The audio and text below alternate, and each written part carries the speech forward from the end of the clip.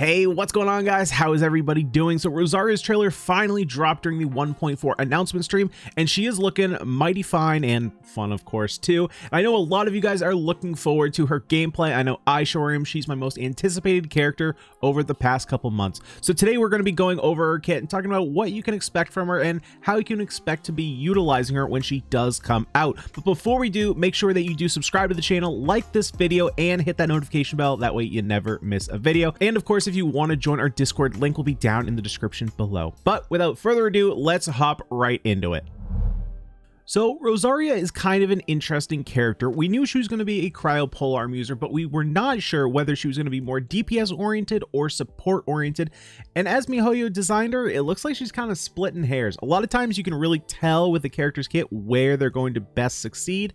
And for Rosaria, it seems like she's going to be both. We just don't know where she's going to find her essence, where she's going to be the best that she can be. So let's go ahead and dive into her kit. First of all, let's take a look at her basic stats. So her essential stat is going to be attack percent. It's not the most exciting stat, but as a 4-star character, we don't expect it to be like crit rate or crit damage like we've seen from the past 5 stars that we've gotten the last couple times. However, her base attack is something to kind of be on the lookout for. So in comparing her to the other polearm users. Now, Hu Tao, you can't really compare because of course she has low base attack, but she's gaining a lot of attack based on her HP. So it's kind of hard to compare there. She obviously, pales in comparison to Zhao. Zhao is so high, but if we do take a look at Zhongli's only at 250, and he's actually a pretty decent DPS. Now, he does scale off his HP as well, so he gets a little bit of extra attack boost there. But remember that this is the base attack. So this is just what you're going to be scaling off of, and this is Zhongling. So Rosaria is actually coming in higher than Zhongling on her base attack, which is kind of interesting to note. So obviously she's going to be a little bit more damage oriented as opposed to support oriented there, at least. Rosaria is actually the second highest scaling basic attack in the game in terms of polearm users, of course, only being beaten out by Zhao. So that is something that's very interesting. Now, it'll be interesting to see where her attack speed lies, because you have situations like with Kaya, where Kaya has the highest scaling of sword users, but because his attacks are slower, he's not doing as much damage as some of the other sword users. So it'll be interesting to see how it lines up. Of course, we do have those multi-strikes, so it looks like she's going to be scaling pretty well with Crescent Pike in terms of her kit so far. Now, once we move on to her skill, her skill is not super exciting. Now, it doesn't scale the highest, but also remember that the cooldown is 6 seconds, so it's quite fast, similar to Kaya. There's going to be a lot of similarities here between Rosaria and Kaya because they're going to fill kind of the same role, but her skill is super cool. So she's basically going to ninja behind an enemy. Can't be a big enemy, has to be a small enemy, stab him in the back and do 2 different hits of damage. So the fact that it does cryo damage, makes sense because she's a cryo hero, but it will be interesting to see which build prevails, physical or cryo. Last up, we have her burst, Rites of Termination. She slams a big old spear into the ground, a cryo spear, if you will, and it does damage over time. Now, it'll be interesting to see what the internal cooldown on the cryo application is. I'm assuming it's going to be every tick, and it looks actually pretty fast. So it looks like she could be a decent support simply because of the skill, because she can quite consistently proc that cryo damage and cryo element. The only downside to this, though, is that the duration is only 8 seconds, which is not that great. Now, when you look at someone like Kaya has a similar duration. However, with further constellations, you can bring that up to 15 seconds with a cooldown of 15 seconds. Means that you can have it up pretty much 100% of the time. And if you look at someone like Ganyu, she also has a similar duration. So is this 8 seconds going to hurt her? It will be increased once we get to her constellations, but it's quite interesting to see the damage scaling on this. It's actually pretty good, but that duration does give me pause. But those are just her overall skills, and I think for the most part, a lot of people are going to be familiar with this. It's once we get to the passive and constellations that she gets interesting, because this is where we can see really the duality in her kit.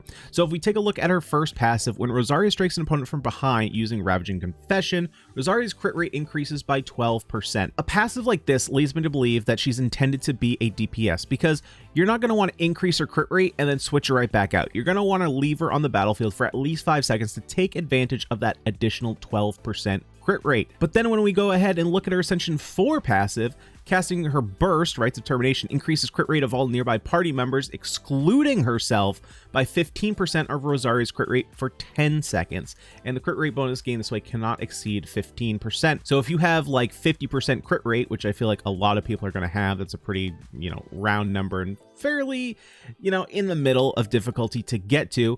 15% of that, you're only looking at 7.5%, which is not that much, but in order to get that full 15% crit rate, you'd have to give her 100% crit rate, which as a support, you're not going to be doing, but as a support, you also want to give your teammates crit rate since it's not dealing the crit rate herself. But you could also argue that with heroes like, Xingqiu or with Zhongling, because they're getting that crit rate while they're off the battlefield, it's going to help them deal more damage. So while this could work as a support build, it could also work as a DPS build. This one's a little bit, it works towards both. But either way, we can see that her kit is going to be all about crit rate, which of course is exciting. Everyone loves additional crit rate because we know those artifacts are hard to come by. Hey guys, just want to take a brief intermission from the video here to let you know that we are going to be having our first ever giveaway on this channel once we hit 10,000 subscribers, and we are getting very, very close. I'll be giving away 2 Blessings of the Welkin Moon, 2 Gnostic Hymn Battle Passes, and 1 Gnostic Chorus Battle Pass. In order to win, you do have to be subscribed to this YouTube channel and be a member over on our Discord. I'll be using Discord to confirm your identity from over here on YouTube and to get the info I need to get you your prize. So make sure that your Discord is linked to your YouTube account. To enter, like this video and leave a comment down below simply using the phrase "and then Rosaria came," and feel free to get creative with this. We'll have live drawing on stream, which I will announce on Discord as soon as we hit this goal. I just want to thank you guys again for being as awesome as you all are. Now, with that out of the way, let's jump back into the video. Then we get to her constellations, and her first constellation, when she deals a critical hit, her attack speed increases by 10% and her normal attack damage increases by 10% for 4 seconds. Again, leading to the fact that she looks to be a main DPS. Constellation 2, the duration of the ice lance created by Rites of Termination is increased by 4 seconds. So this is what I was talking about when we were going over burst. We can increase the duration of her burst from 8 seconds up to 12. Now it's no 15 seconds like Kaya or Ganyu. 12 seconds, not that bad though, and with a cooldown of 15, there's only 3 seconds that you're not going to have the duration up. So overall, not the end of the world. We're used to those time lapses with other bursts. Of course, Constellation 3 and 5 are just going to be our typical level ups for her skill and burst. In Constellation 4, making it so that each time her skill crits, or once per time you activate her skill, she can regenerate 5 energy. Now, you could kind of treat her like Xingqiu in this regard, in which he comes in really quick, uses his skill, and then gets burst off a lot quicker. She might be a similar case on a quick swap team. So basically, you bring her in every 6 seconds to build up her burst even quicker, while also doing some cryo damage, which can be used to trigger some superconducts or whatever reactions you may want. So while you could of course use this on a DPS build to get to that burst quicker, you could also use her as kind of a more burst support, getting that energy so that way you get to her burst faster, so that way her more consistent cryo application comes every 15 seconds once it's off of cooldown. Lastly, of course, we have our Constellation 6. Rites of Termination attack decreases opponents' physical resistance by 20% for 10 seconds. So of course this could still help her as a physical DPS, but it could also help your other physical DPSs. You guys know that I love playing Razor, although he hasn't gotten the love that I would like to give him recently because there's so many new toys to play with. But this could definitely help if you're going to shell out the money to get a C6 Rosaria. Getting that physical resistance down on top of the superconduct triggers you can get will certainly help your physical units. So this begs the question, where do I think that Rosaria is going to fit in with the heroes we currently have? I think she's going to end up being a physical carry, which is a really interesting build, kind of similar to Ganyu, where Ganyu has a lot of passive crit rate she can gain. You have the passive talent of her, of course, but you also have cryo resonance if you want to go and build in. Because she's not going to be breaking any of your frozen enemies, she can really take advantage of Blizzard Strayer and the additional crit rate there.